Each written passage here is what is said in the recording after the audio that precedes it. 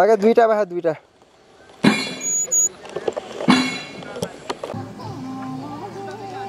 ल अघितिर हान्नु अब अघितिर हान्नु न अगाडि अगाडि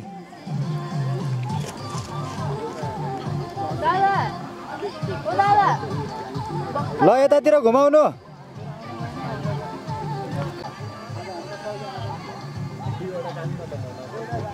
दुईटा छोड्दै पनि हुन्छ